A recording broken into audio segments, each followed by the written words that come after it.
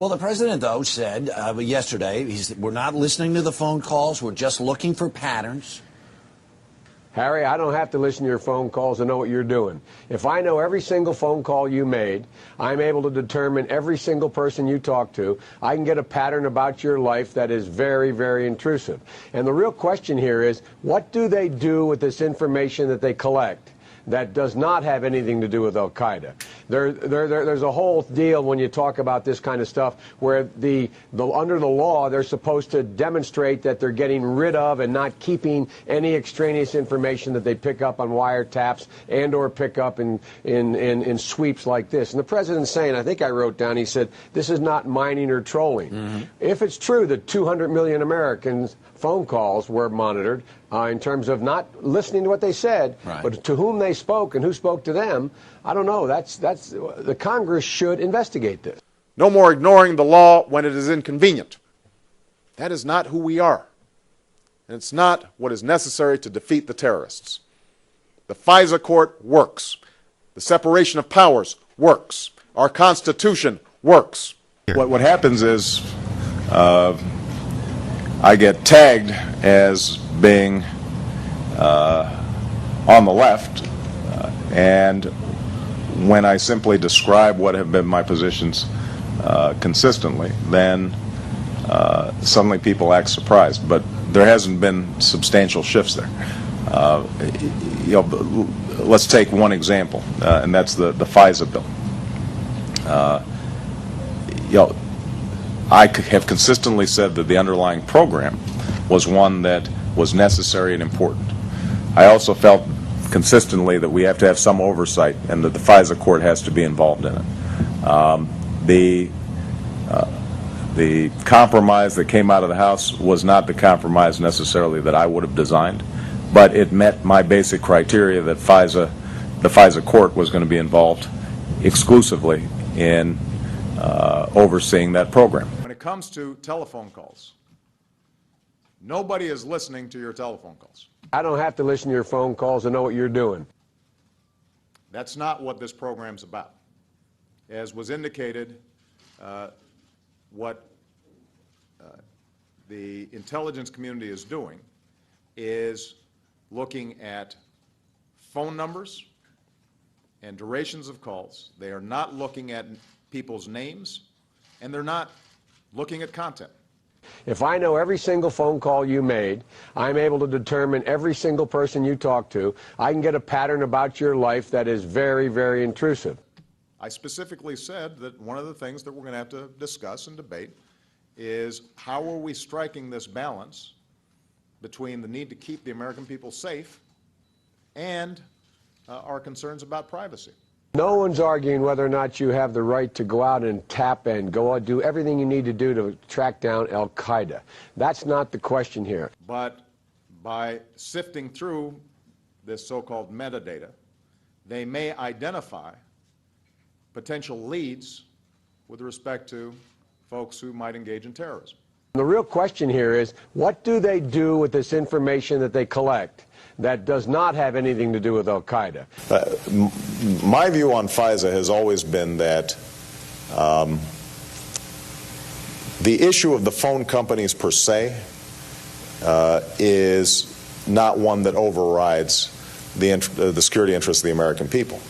I do want accountability and making sure that, as I've said before, somebody's watching the watchers. That you don't have an administration that feels that it can make its own determinations about when warrantless wiretaps are applicable without going through a FISA court. And among the most important are the requirements in FBI policy that every FISA application must contain a, quote, full and accurate, close quote, presentation of the facts, and that agents must ensure that all factual statements in FISA applications are, quote, scrupulously accurate, close quote.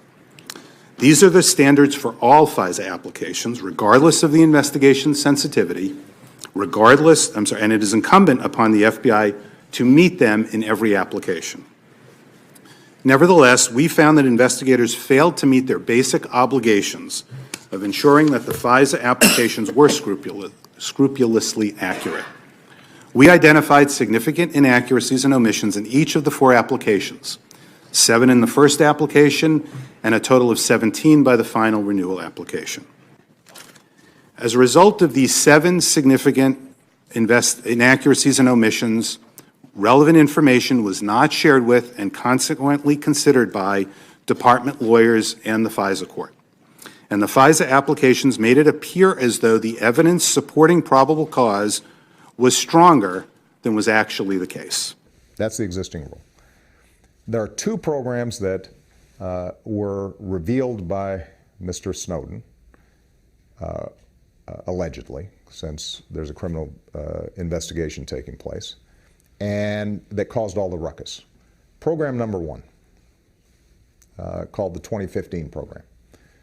What that does is it gets data from the service providers, like a Verizon, in bulk. And basically, you have call pairs. You have my telephone number connecting with your telephone number. There are no names. There's no content in that database. All it is the number pairs, when those calls took place, how long they took place. At no point is any content revealed because there's no content in the database. So I hear you saying I have no problem with what NSA has been doing. Well, let me finish, because I don't. So what happens then is that the FBI, if in fact it now wants to get content, if in fact it wants to start tapping that phone, it's got to go to the FISA court with probable cause and ask for a warrant. But has FISA courts turned down any request? Because, first of all, Charlie, the number of requests are surprisingly small, number 1. Number 2, folks don't go with a query unless they've got a pretty good suspicion. Should this be transparent in some way? It is transparent. That's why we set up the FISA court. When you become Speaker, what is your number 1 objective? What we have to do is drain the swamp in Washington, D.C. Until we drain the swamp and bring integrity to the political process, we won't be able to go forward. It's a big, dirty swamp? It's a big, dirty swamp. That's why on the very first day of Congress, we will break the link between lobbyists and legislation. Year after year, we always hear whoever's in power is going to be the new force of integrity, and it really is. So the Democrats are going to be able to clean up that swamp? Maybe it'll take a woman to clean up the house. That is what I think, but we have to do it. 1, the reinstatement that FISA remains the exclusive authority for electronic surveillance. The President likes to think that he has inherent authority to surveil, to collect on anybody, and this bill restates that FISA is the exclusive authority. That's so, exclusivity. Second, except in emergencies, FISA court approval must take place before surveillance begins. FISA court approval must take place for surveillance, but there are exceptions in case of emergency. Third, a refusal to follow the Senate in excluding. This is very important because people are talking about this Senate bill as some great thing. This is very important. A refusal to follow the Senate in excluding from the definition of electronic surveillance activities historically considered within the definition. In other words, if they don't want the law to apply to a particular activity, they'll just say it doesn't fall into this bill. If the administration change in the definition, if the administration's change in the definition was accepted, FISA-derived information, including U.S. person information, could be data mined with fewer protections that are currently in place under FISA.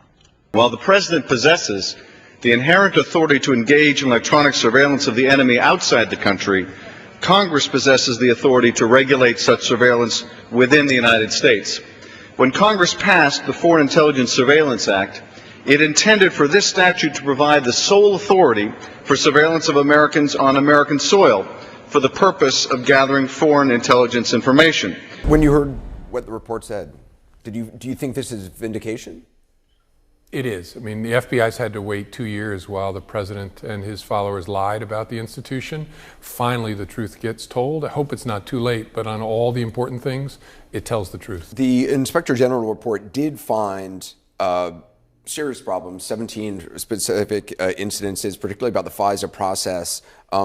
And from the report, it says that so many basic and fundamental errors were made by 3 separate handpicked teams on one of the most sensitive FBI investigations that was briefed to the highest levels within the FBI, and that FBI officials expected would eventually be subjected to close scrutiny, raised significant questions regarding the FBI chain of command's management and supervision of the FISA process. Yeah, that's really concerning. You're right with the number. He found 17 significant errors in collecting information, in sharing information, in checking information, and that's a problem.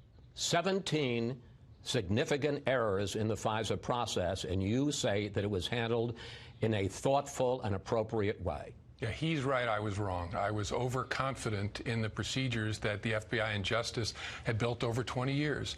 I thought they were robust enough. It's incredibly hard to get a FISA.